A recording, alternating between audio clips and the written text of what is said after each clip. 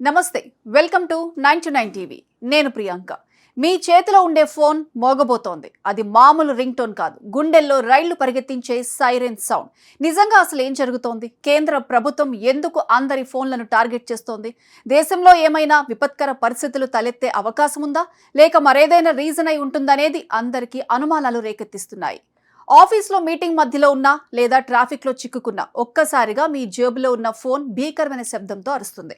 Screen మీద ఒక వింత మెసేజ్ కనిపిస్తుంది. ఆ సౌండ్ వింటే ఎవరైనా సరే ఏదో ఘోరం జరిగిపోయిందని భయపడటం ఖాయం. కానీ ఆగండి, కంగారు పడకండి. ఇది ఎవరికీ ప్రాణాపాయం కలిగించే హెచ్చరిక కాదు, భవిష్యత్తులో మీ ప్రాణాలను కాపాడే కవచం. నేడు దేశవ్యాప్తంగా లక్షలాది మొబైల్ ఫోన్లలో ఈ సైరన్ మోగబోతోంది.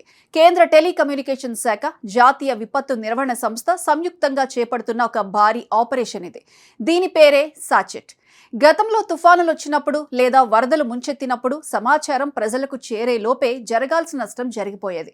వేల సంఖ్యలో ప్రాణ నష్టం సంభవించేది. కానీ ఇకపై అలా జరగటానికి వీల్లేదని ప్రభుత్వం ఒక మాస్టర్ ప్లాన్ వేసింది. అదే ఈ సెల్ బ్రాడ్కాస్ట్ అలర్ట్ సిస్టమ్. ఇది ఎలా పనిచేస్తుందో తెలిస్తే ఆశ్చర్యపోతారు. దీనికి ఇంటర్నెట్ అవసరం లేదు. ఫోన్లో సిగ్నల్ వీక్గా ఉన్నా సరే కామన్ అలర్టింగ్ ప్రోటోకాల్ ద్వారా సెకండ్ల వ్యవధిలో మెసేజ్ అందరి ఫోన్లకు చేరుతుంది. కేవలం టెక్స్ట్ మెసేజ్ మాత్రమే కాదు, ఫోన్ సైలెంట్ మోడ్లో ఉన్నా సరే వణుకు పుట్టించే సైరన్ మోగుతుంది. ఎందుకంటే విపత్తు సమయంలో నిద్రపోతున్నా సరే మిమ్మల్ని నిద్ర లేపి మరీ హెచ్చరించడమే ఈ వ్యవస్థ ముఖ్య ఉద్దేశం. ఏ రాష్ట్రంలో ఉంటే ఆ ప్రాంతీయ భాషలోనే మెసేజ్ వచ్చేలా ప్రభుత్వం ఈ సిస్టమ్ ను డిజైన్ చేసింది. తెలుగు వారికి తెలుగులో, తమిళకి తమిళంలో, ఇలా స్థానిక భాషల్లోనే హెచ్చరికలు అందుతాయి. అంటే సమాచారం అందరికీ అర్థం కావాలి, ప్రతి ఒక్కరూ సురక్షితంగా ఉండాలి. ఈ వ్యవస్థలోని అత్యంత పవర్ఫుల్ ఫ్యూచర్ ఏమిటంటే ఇది అందరికీ ఒకేసారి మెసేజ్ పంపడమే కాదు, పర్టికులర్ ఏరియాను టార్గెట్ చేయగలదు. ఉదాహరణకు ఒక నదికి వరద వచ్చి ఒక గ్రామం మునిగిపోయే ప్రమాదం ఉంటే కేవలం ఆ గ్రామంలో ఉన్న ఫోన్లు మాత్రమే మోగుతాయి. పక్క ఊరి వాళ్లకు డిస్టర్బెన్స్ ఉండదు. దీన్నే జియో ఫెన్సింగ్ అంటారు. ముప్పు ఎక్కడుందో అక్కడికే హెచ్చరిక.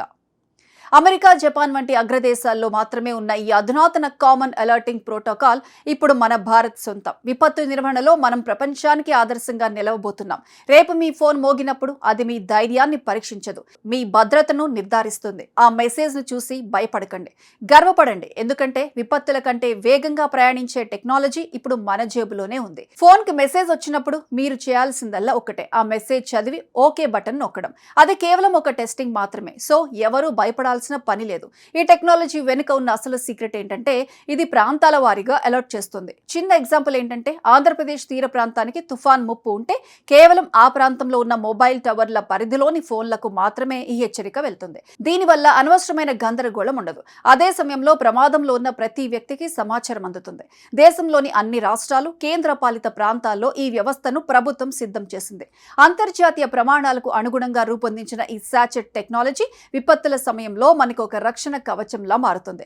ఫోన్ సైరన్ మోగిస్తే అది ప్రమాదానికి సంకేతం కాదు, ప్రగతికి సంకేతం అని గుర్తించండి. మన సాంకేతికత ఎంత బలంగా ఉందో చాటి చెప్పే సమయం ఇది. కేంద్ర ప్రభుత్వం చేస్తున్న ఈ ప్రయోగానికి సహకరించండి. అప్రమత్తంగా ఉండండి, సురక్షితంగా ఉండండి.